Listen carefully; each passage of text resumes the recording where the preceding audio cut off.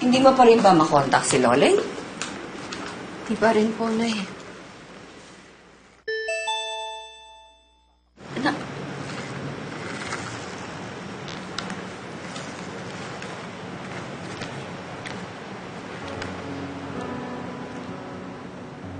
Nay? Si Manang Loleng nag-text na dadalhin daw ho si Austin sa may bicycle park na alas 4. Ay! Oh, Diyos ko, salamat naman. Dadating na si Austin. Makikita mo na.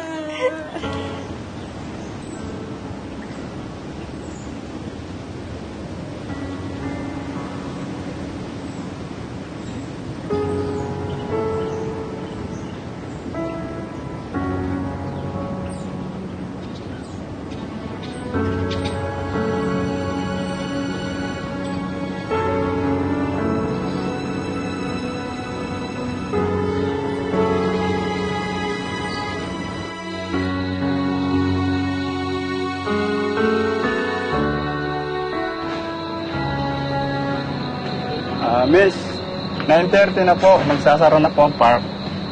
Sige ha. Salamat. Sige po, salamat po. Ano kaya nangyari kay Manang Loleng?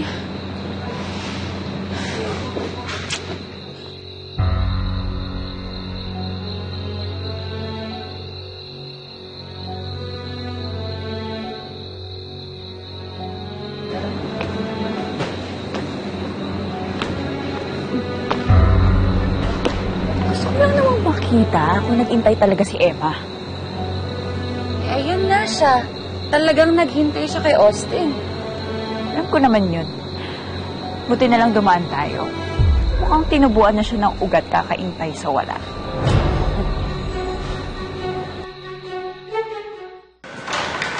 O anak! O anong nangyari? Ha? Ginapit ka ng uwi Nag-enjoy ba kayo ni Austin? Wala pong nangyari, Nay. Hindi ho siya dumating. Hindi kami nakita. Ilang oras po akong naghintay. Tawag ako ng tawag, hindi sumasagot. Nag-text ako ng ilang beses, walang reply. Wala na ho, Nay. Hindi ko na makontak si Manang Loleng. Out of service na po yung telepono niya.